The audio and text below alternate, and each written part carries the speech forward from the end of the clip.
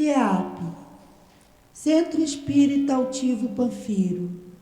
Uma casa de amor. Bom dia aos nossos ouvintes. Estamos iniciando o estudo do livro Céu e Inferno. Estamos no item 18, no capítulo 3, que fala sobre o céu, item 18. Vamos ao nosso evangelho, fazer a prece e iniciar os nossos estudos.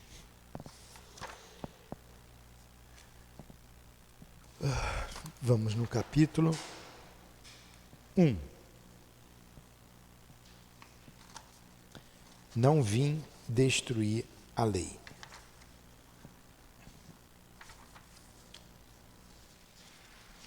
Um dia, Deus, é o item 10, em sua caridade inesgotável, permitiu ao homem ver a verdade e atravessar as trevas.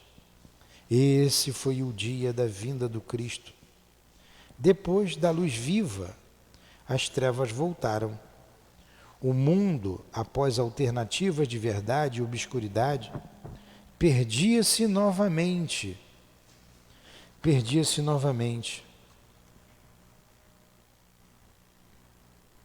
Então, assim como os profetas do Antigo Testamento, os Espíritos se puseram a falar e a advertir.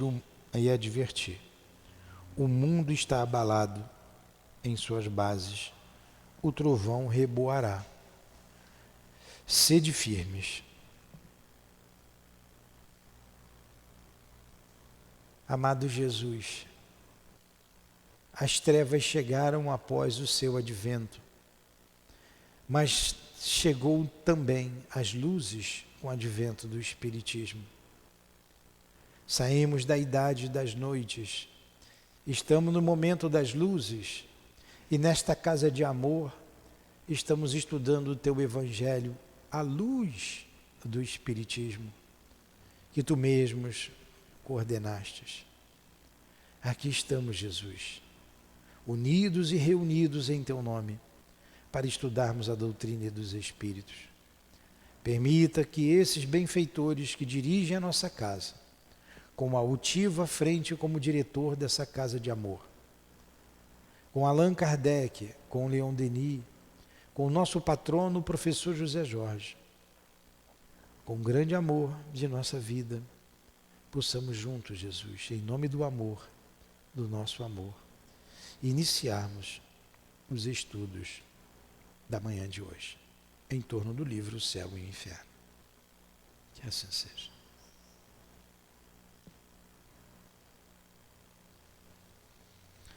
Então nós vimos que no Evangelho, que um dia Deus, em sua caridade inesgotável, fez que a luz viesse ao mundo.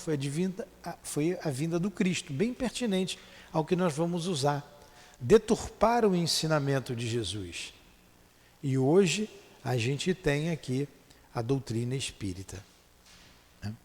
Então vamos estudar a questão do céu, que foi algo deturpado.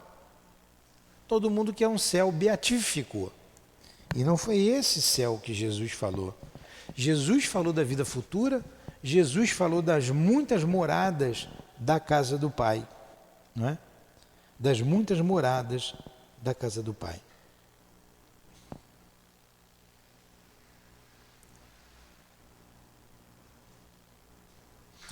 Vamos lá.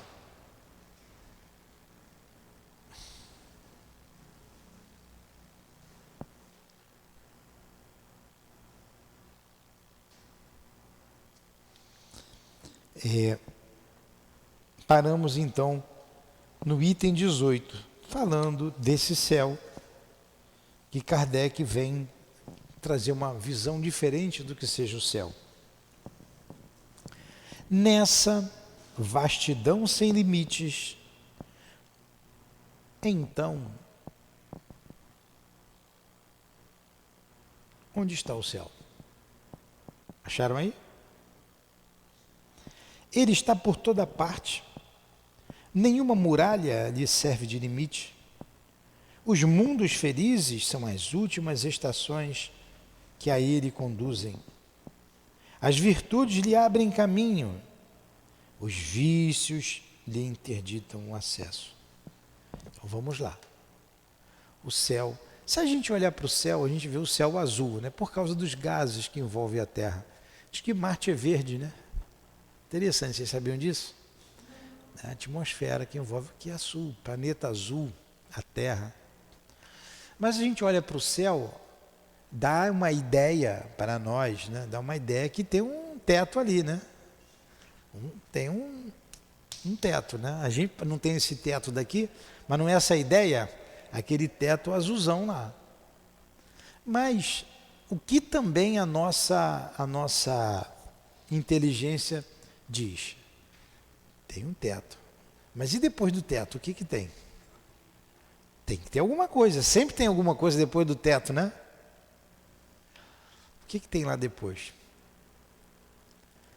A gente viaja na maionese, né? Como diz outro, a gente viaja. Porque não tem fim, é ilimitado. Mas como que isso é ilimitado? Se para nós tudo tem um limite, tudo tem um começo, meio e fim. Até para a gente entender que a alma é imortal, a gente tem dificuldade, por causa da materialidade da nossa vida, do nosso corpo. Tudo tem um princípio e tem um fim. Como é que eu não vou ter fim? Nunca mais eu vou acabar. Como é que Deus não tem princípio nem tem fim? Como é que foge, né, a nossa concepção? Olha como nós estamos atrasados. Então a mesma coisa o céu, esse infinito, esse lugar, né, que a gente não sabe o que é.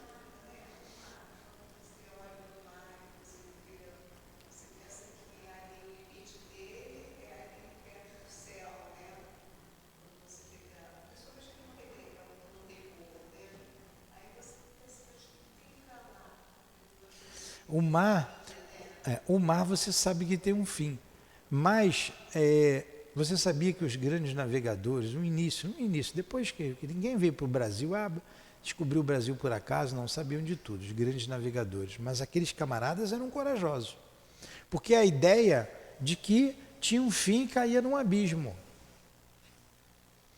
Quando você vê na Gênesis, você vê que a ideia dos antigos era que tudo começou pelas águas, até por causa da abóboda, você tem a impressão de que o céu vai terminar na água. Você pode pegar a Gênesis e no princípio, né, tudo era calmo. Do mar, da água surgiu a terra, da água surgiu tudo, toda a vida surgiu da água. Essa era a ideia dos antigos. Mas a gente sabe que não é assim. Hoje a gente já sabe que a terra é redonda, mas já teve teoria de que a terra era quadrada.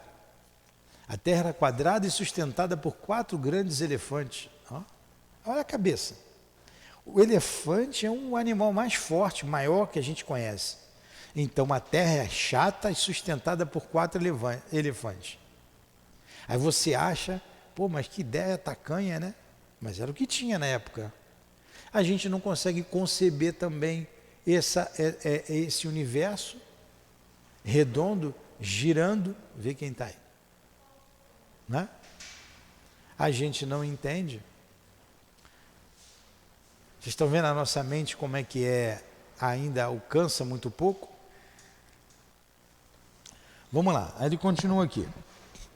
Diante desse quadro grandioso que povoa todos os cantos do universo, que dá a todas as coisas da criação um objetivo e uma razão de ser, como é pequena e mesquinha a doutrina que circunscreve a humanidade sobre um imperceptível ponto do espaço, que nos mostra essa humanidade começando em um dado momento para igualmente um dia acabar junto com o mundo que a conduz, não abrangendo assim mais do que um minuto de eternidade. O que é que ele está dizendo aqui? Como é mesquinha, como é pequena a ideia de que a vida só está na Terra. E hoje a gente já sabe disso. Mas tem muita gente que acha que o mundo vai acabar, que vai explodir tudo e que a humanidade vai acabar.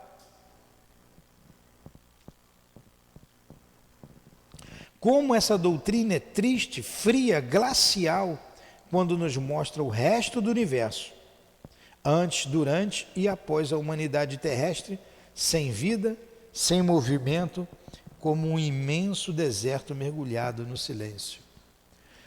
Essa era a ideia. Fora da Terra não tem vida. A Terra é o centro do universo, não existe mais nada. É muito mesquinha. E Jesus falou justamente o contrário. Há muitas moradas na casa do Pai. Olha a visão de Kardec aqui. Como é desesperadora pelo quadro que faz do pequeno número de eleitos votados à contemplação perpétua, enquanto que a maioria das criaturas está condenada a sofrimento sem fim. Ainda mais, ainda a maioria da criatura vai para o inferno, é o que ele está dizendo. É mesquinha essa ideia. Como é aflitiva para os corações que amam, pela barreira que coloca entre os mortos e os vivos. As almas felizes, assim dizem, só pensam na sua felicidade. São egoístas, né? Como que uma mãe só vai pensar nela? E se o filho não estiver bem? As que são infelizes nas suas dores. É de admirar que o egoísmo reine sobre a terra quando ele é mostrado no céu. De novo, é de admirar que o egoísmo reine sobre a terra quando ele é mostrado no céu? Porque isso é um egoísmo. Quanto nesse caso é pequena a ideia que ela oferece da grandeza e o poder da bondade de Deus. Reclama-se do egoísmo na terra, mas Deus também é egoísta. Criou o inferno, para onde vai a maioria das pessoas, e um céu beatífico. Que quem pensa que vai para o céu, aqueles padres, aquelas freiras, também não encontraram o céu. Até aqueles que torturavam em nome de Deus e de Jesus, porque ele achava que ele ia para o céu e o torturado ele estava trabalhando para ele ir para o céu. Olha a ignorância, a maldade, a mesquinhez do pensamento humano.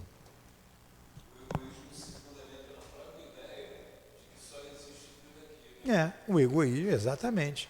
A própria ideia que só existe a vida aqui.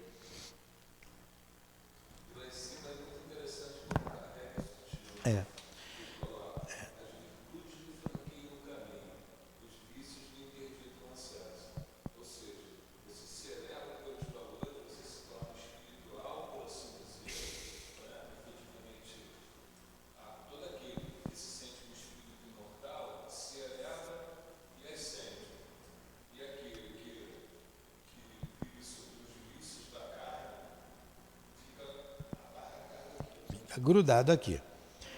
Quanto? Por isso que tem guerra, é isso aí. Quanto, ao contrário, é sublime a ideia que o Espiritismo nos dá. Quanto a sua doutrina engrandece, alarga os pensamentos. Mas quem diz que ela é verdadeira? Eis a pergunta. Quem diz que a doutrina espírita é verdadeira? Quem diz? Ele responde, em primeiro lugar, a razão. A razão. Não é lógico, não é crível que só tenha vida na Terra com tantos e tantos e tantos trilhões de mundos aí, espalhados por trilhões de galáxias. A razão.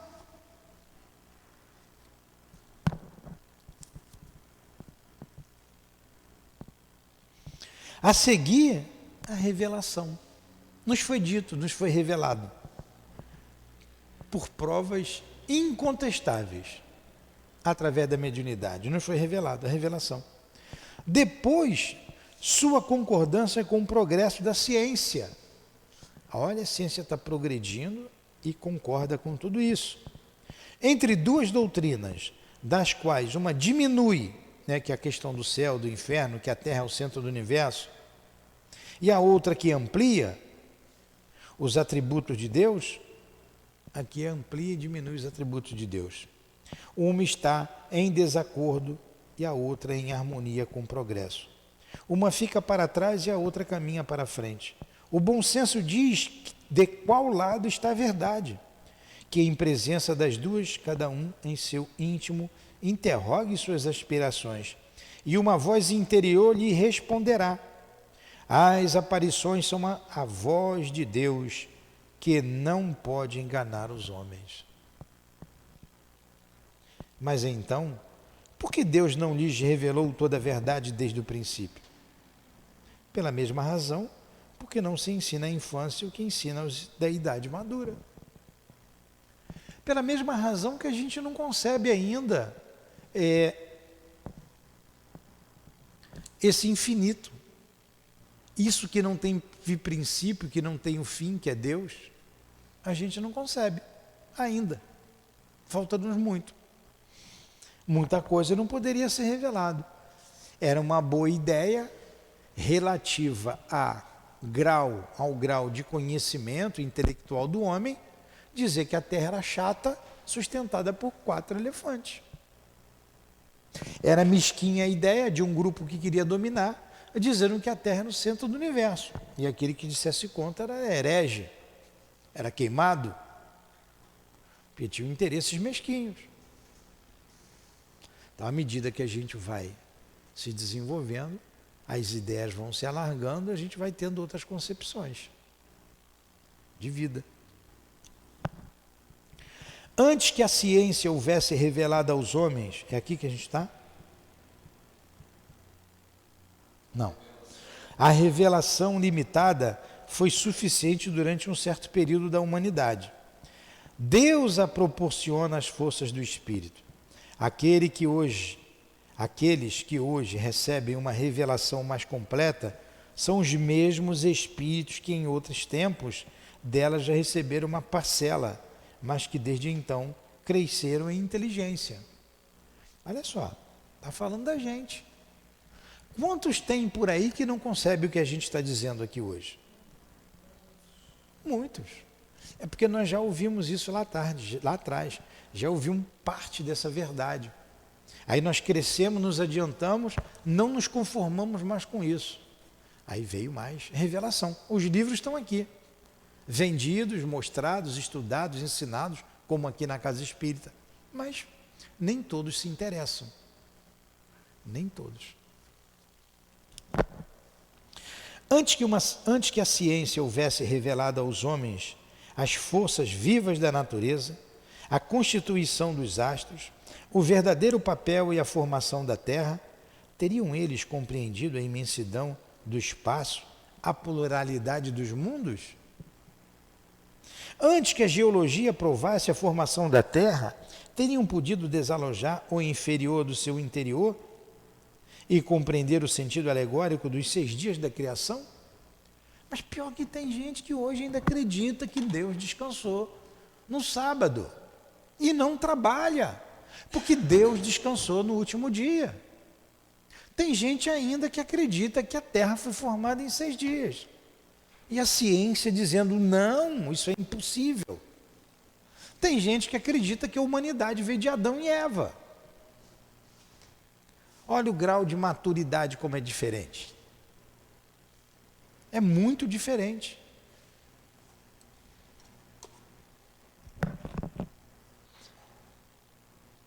Antes que a astronomia houvesse descoberto as leis que regem o universo,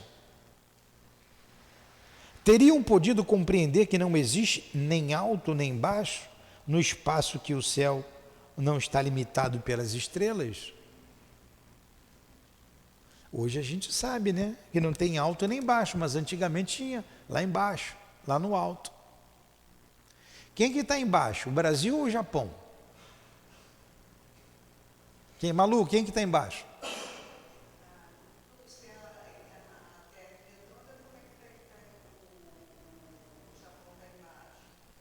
Pois é. O japonês olha para o céu, vê o céu, ele está lá do outro lado. A gente também olha para o alto e também vê o céu. Não se concebe mais essa ideia, né? De baixo e de alto. antes dos progressos da ciência psicológica, teriam podido se identificar com a vida espiritual? Conceber após a morte uma vida feliz ou infeliz, diferente daquela em um lugar delimitado sobre outra forma material? Não. Compreendendo mais pelos sentidos do que pelo pensamento, o universo era muito grande para o seu cérebro. Era necessário reduzi-lo a proporções menores para conciliá-lo com o seu ponto de vista, sob a condição de aumentá-lo mais tarde. Uma revelação parcial tinha sua utilidade naquela época, que era sábia. Hoje é insuficiente. O erro está naqueles que, não percebendo o progresso das ideias, creem poder governar os espíritos maduros com os mesmos limites da infância. Ficou bem claro? Então lá atrás o pensamento ele estava correto, não estava errado. Da mesma maneira que eles começaram a escrever com a prancheta, com a cestinha de bico, como nós estudamos lá no livro dos médios. Houve uma evolução. Se hoje alguém botar uma prancheta, amarrar um lápis na ponta, botar a mão na prancheta para a prancheta escrever, ele está atrasado. Está atrasado. Igual você fazer um despacho ali na esquina. Você está atrasado. Você está vivendo como vivia lá atrás, lá na época das oferendas. Está atrasado. Mas não tem gente que faz isso? Então, vocês vejam como nós somos heterogêneos, como o pensamento é heterogêneo. Somos muito diferentes. Graus de maturidade diferentes. E Jesus, imaginem o alcance de Jesus, a visão do Cristo sobre a vida, sobre o mundo. E ele não podia dizer tudo. Como você não pode dizer tudo para o seu filho? Não adianta. Não adianta. Seu filho é pequenininho, está aprendendo a andar, não sabe falar, como é que você vai dizer tudo? Tem que esperar crescer, tem que esperar amadurecer. Não é assim com a criança? Nós somos crianças para o Criador. Ele espera, ele tem paciência, ele sabe disso. Como a gente sabe que o nosso filho vai crescer e a gente não tem paciência, a gente espera até o dia que ele anda com as suas próprias pernas. Ele vai crescer. Assim é a humanidade para Deus. À medida que a gente vai crescendo intelectualmente, moralmente, a gente vai compreendendo melhor as leis de Deus, as leis que regem o universo. Question? No question? Vamos para o inferno, então? Está aqui, o capítulo 4, o inferno.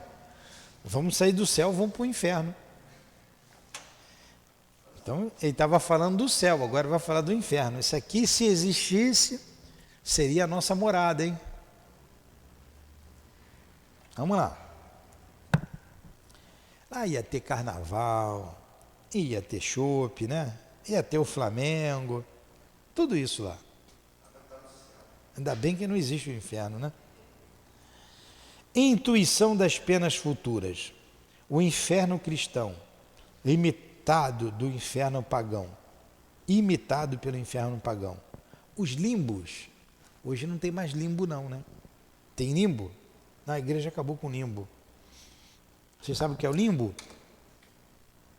O limbo era um lugar que nem era o inferno e nem era o céu. O limbo iam as criancinhas, né, que não eram batizadas, não é isso? Ia para o limbo. No limbo. Vamos lá. Pô, devia ser esquisito pra caramba, né, o limbo. Aí resolveram dizer que não tem mais limbo. Essas ideias, elas são tão irracionais que elas vão se quebrando com o tempo. Quer ver? Joana d'Arc foi queimada viva numa fogueira pela igreja e lançada no inferno, mandaram ela para o inferno. Os mesmos tiraram Joana d'Arc do inferno, canonizaram e hoje ela é santa. padroeira da França. Então, quando você vai atrás desses pensamentos, que poder é esse que esse pessoal tem de botar no inferno, depois levar para o céu, de dizer que a pessoa é santa ou que ela é um demônio?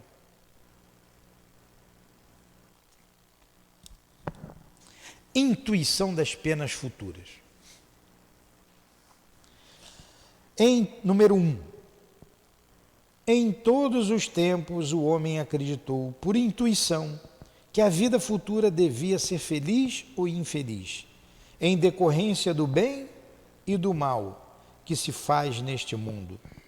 Porém, a ideia que ele concebe dessa vida está em relação com o desenvolvimento do seu senso moral e com as noções mais ou menos justas que ele possui do bem e do mal. As penas e as recompensas são o reflexo dos instintos que ele predominam.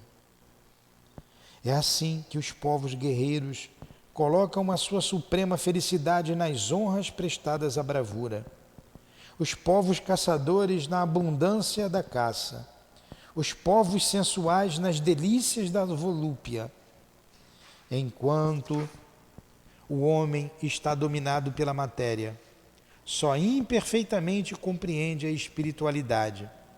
Eis porque ele faz das penas e dos prazeres futuros um quadro mais material que espiritual.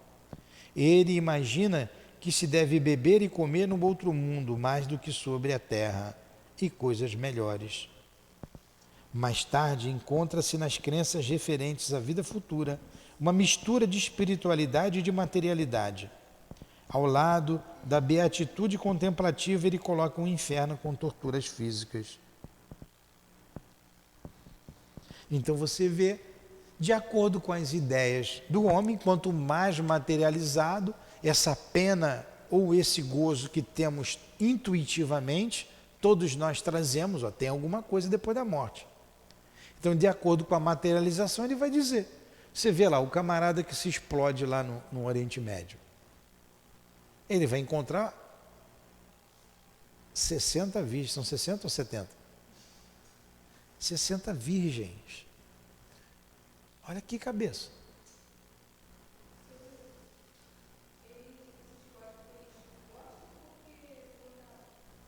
Porque eles são sensuais.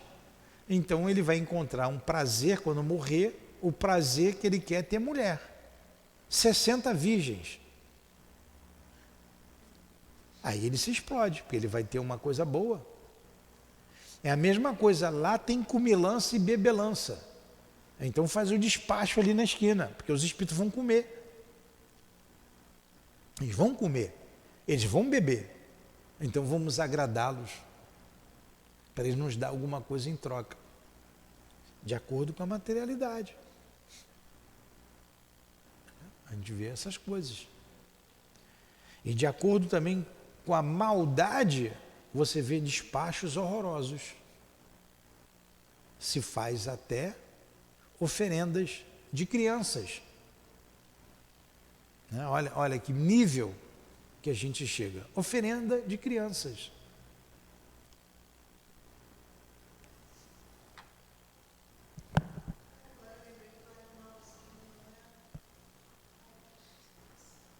O homem primitivo, não podendo conceber senão o que via, naturalmente modelou seu futuro pelo presente.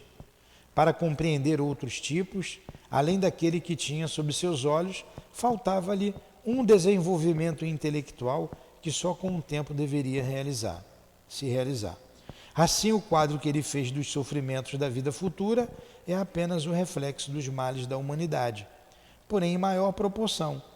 Nesse quadro reuniu todas as torturas, todos os suplícios, todas as aflições que encontrou sobre a terra. É assim que os climas quentes ele imaginou um inferno de fogo, nas regiões boreais um inferno de gelo, não estando ainda desenvolvido o senso que mais tarde devia fazê-lo compreender o mundo espiritual, ele só podia conceber penas materiais. Eis porque, com algumas diferenças apenas de forma, o inferno de todas as religiões se assemelha. Então o inferno para o camarada que vive lá no Polo Norte é cheio de gelo. O que mais dói? Mas não é um raciocínio lógico? É mais pior que é. Vamos lá, alguém gosta de ser queimado? Eu acho que o que mais dói pra gente é fogo, né? Dói muito. Quem já queimou o dedo, todo mundo já queimou, faz logo uma, como é que chama? Uma bolha, arde pra caramba. Então o que é de pior é o fogo. Então o inferno é cheio de fogo. É a concepção materialista. É só essa que você tem. Mas ele quer que o outro sofra. Ele quer que você vá para o inferno. E o inferno é lugar ruim. Então tem que queimar para sempre. E nunca mais parar de arder na chama do inferno. Agora você vê que mente. Aí o que a igreja fez? Acendia umas fogueiras para os hereges. E mais, para servir de exemplo, queimava em praça pública. Era só você dizer que escutava vozes. Hoje o psiquiatra dá um remédio, um tarja preta, é alucinação. Naquela época era o demônio. Não diferenciou muito não, tá? Tá cheio de loucos, médiuns, internados. Estão vendo como a gente está caminhando para ainda muito, falta muito para a gente ainda, falta muito para a humanidade, ainda estão fazendo guerra. Por que tem a guerra? Está aqui no livro dos Espíritos. Predominância da natureza animal sobre a natureza espiritual. O camarada que está idealizando a guerra, os camaradas que estão idealizando, com seus interesses políticos, socioeconômicos, eles acham que tem vida após a morte? Eles acham que Jesus está aí vivo, esperando por todos? Não acredito em nada disso. Você acha que aquele que falta um dedo, que ainda quer voltar para roubar, acredita que tem vida depois da morte? Nem ele, nem quem anda com ele, nem quem... Não acreditam. Eu tenho que viver aqui e agora. Fazer o que eu tenho que fazer aqui e agora. Porque só tem essa vida. Depois, acabou tudo, não tem mais nada.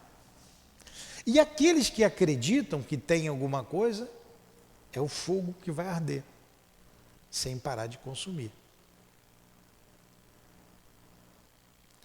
E você vê que as bombas nas guerras, todas são de fogo. Né? A pólvora, o fogo. É impressionante, né? A mente humana, a ignorância, tudo isso é fruto da ignorância. O mal é fruto da ignorância. A ignorância é que extravanca o progresso, né? Pois é, mas é. Mas é. Vamos mais um pouco aqui. Tudo bem? Alguma pergunta? É bom estudar o céu e o inferno, né? A gente tem que ler, não tem jeito. Tem que ler, mas é bom. Vamos lá. O inferno cristão, imitado do inferno pagão. Antes dos cristãos, tinha os pagãos. E como isso é intuitivo, independe da religião, os pagãos também tinham uma ideia do inferno. Né? Então vamos lá, número 3. O inferno dos pagãos, descrito e dramatizado pelos poetas, foi o mais grandioso modelo do gênero. Ele se perpetuou no inferno dos cristãos, que ele também teve seus cantores poéticos. Comparando-os, neles se encontra, salvo os nomes e algumas diferenças de detalhes, numerosas analogias. Tanto em um como no outro, o fogo material é a base dos tormentos, porque é o símbolo dos mais cruéis sofrimentos.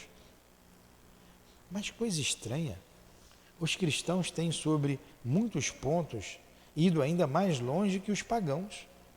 Se estes últimos tinham no seu inferno o tonel das Danaides, o que é o tonel das Danaides? Tonel das Danaides é da mitologia grega.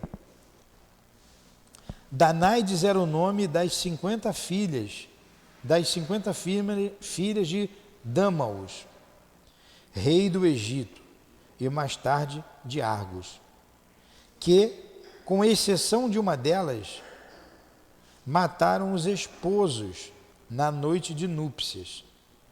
Foram por isso condenadas no Tártaro, região mais profunda dos infernos, a encher com água um tonel sem fundo. Olha aí o que é o tonel das Danaides. Olha como é que é a criação humana. Então, tinha um rei que tinha 50 filhas e, com exceção de uma, elas mataram os noivos na noite de núpcias. Então, foram condenados ao inferno, à dor. E esse inferno era encher o tonel delas, que não tinha fundo. O dia inteiro jogando água ali. Que criação, né? A gente pode mandar pegar, a gente pode fazer aqui, a gente pode adaptar o tonel das Danaides, né? Como é que é o nome aqui? Tonel das Danaides, aqui para o nosso litoral. Botar todo mundo para cavar um buraco na areia e pegar água do mar e jogar. Pegar água do mar até encher.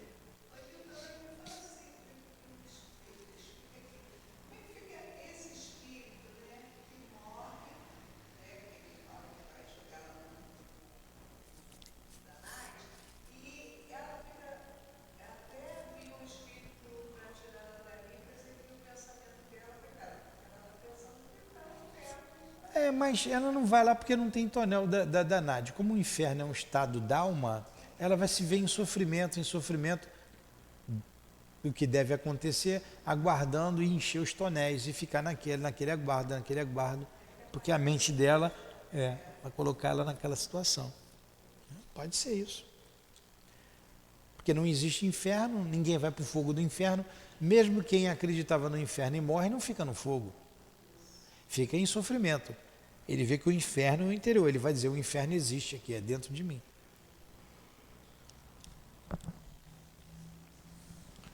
Se estes últimos tinham no seu inferno o tonel das Danaides, a roda de Ixon, o rochedo de Sífiso, esses eram suplícios individuais. Já o inferno cristão tem para todos as suas caldeiras ferventes, das quais os anjos levantam as tampas para ver as contorções dos condenados. Deus ouve sem piedade os seus gemidos durante a eternidade. Jamais os pagãos descreveram os habitantes dos campos elíseos, repassando seu olhar nos supícios do Tártaro. Então, Campos Elíseos, Tártaro, Tonel das Danaides, tudo isso aí vinha lá da mitologia. A roda de Ixon é aquele que vai empurrando a roda, né, para cima, empurrando, e nunca chega ao fim, ó. Ficou girando eternamente. Então, está aqui explicando, roda de Ixon, roda em chamas, a qual Ixon foi amarrado e ficou girando eternamente. Ixon, rei dos Láptas, a quem Zeus, Deus supremo dos gregos, concedera asilo no Olimpo, a residência dos deuses. Foi condenado a esse castigo por ter desrespeitado a Hera, esposa de Zeus. Olha a cabeça. Que cabeça, hein? Agora, era uma coisa individual. Você vai pegar um tonel individual. O rochedo de Sífiso, o que é? Na mitologia grega, Sísifo,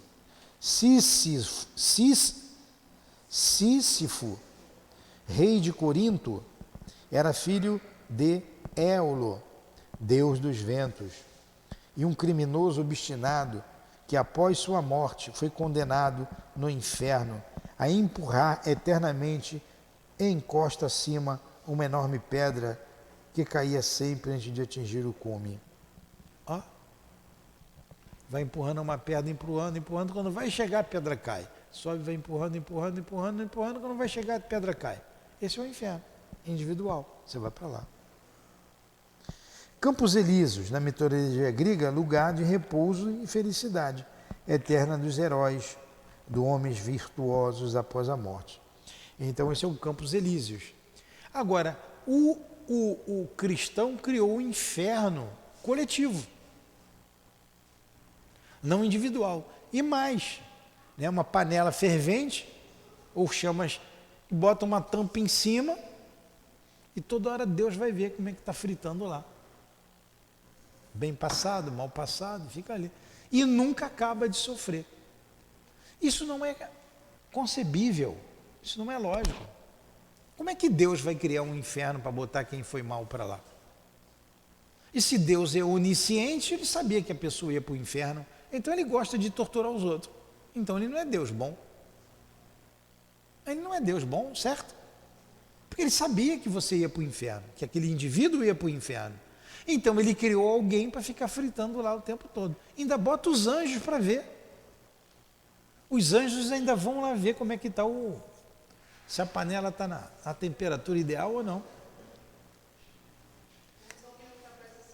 Não é uma história, não parece uma história da carochinha? Não é lógico, hã? Agora é engraçado porque Cristo já tinha vindo, já tinha dito que Deus é Pai e o ser humano foi Criou o inferno. do Deus cruel, do Deus, né, que inventou o inferno. Exatamente. O ser humano é complicado, né? A ignorância, Olha só. tudo pela questão material, para o poder, para dominar, sempre assim. Nós passamos por lá, hein? Éramos nós mesmos. É? Éramos nós mesmos. A gente está aqui porque a gente pensou isso, a gente viveu isso. Né? Com certeza.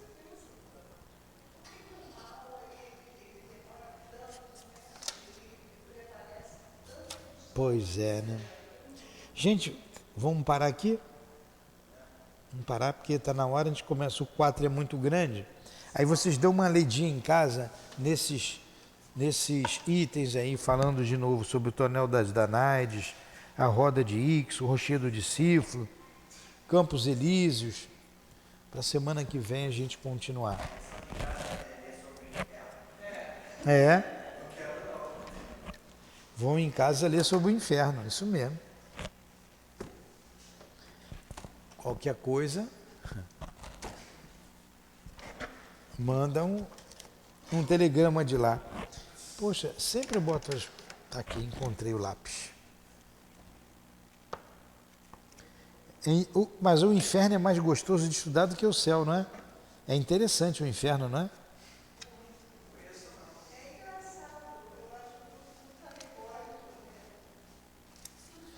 Qual é a página mesmo, hein? Acabei fechando aqui eu. Tá aqui na 63.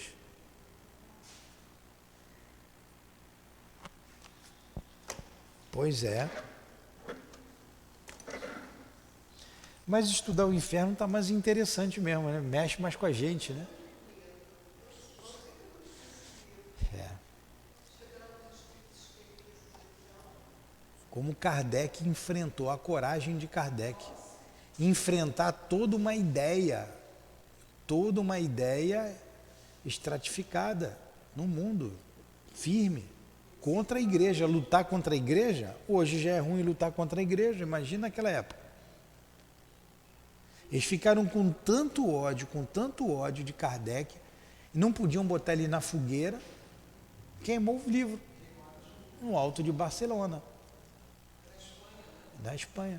Já que não dá para queimar Kardec, vamos queimar o livro deles. Vocês imaginam o ódio, né? O que o Kardec não sofreu? Homem de coragem. Homem de coragem. Jesus, louvado seja o nome de Allan Kardec. Louvado seja esse Espírito que trouxe o esclarecimento e nos arrancou da ignorância. Hoje, estudamos abertamente, livremente, claramente a vida futura. As muitas moradas da casa do Pai que Jesus já tinha falado.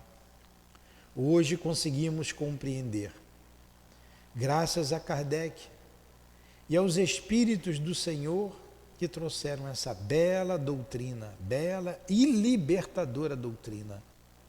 Obrigado aos nossos guias que nos inspiram, que nos ajudam nesse entendimento. Obrigado, professor José Jorge, Altivo.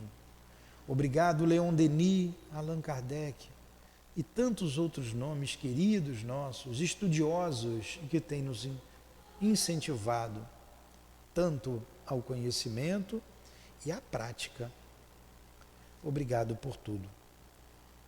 Em nome do Altivo, em nome da direção espiritual da nossa casa, em nome do amor, do nosso amor, Lourdinha, em nome de Allan Kardec, de Leon Denis, em teu nome, Jesus, mas acima de tudo, em nome de Deus, encerramos os estudos da manhã de hoje em torno do livro Céu e Inferno e rogamos ainda que não nos deixes cair no inferno, o inferno que é um estado d'alma. Ajuda-nos a agir corretamente, a lutar contra os pensamentos que chegam todos os dias, todas as horas, a todos os instantes. Pensamentos contrários ao amor, pensamentos contrários ao bem. Que tenhamos forças para lutar contra eles, porque senão certamente entraremos no inferno. Ajuda-nos, Senhor, a conquistar esse céu interior, o reino dos céus dentro dos nossos corações. E assim nos despedimos, agradecidos por tudo. Em nome do amor, do nosso amor, encerramos os estudos da manhã de hoje. Que assim seja.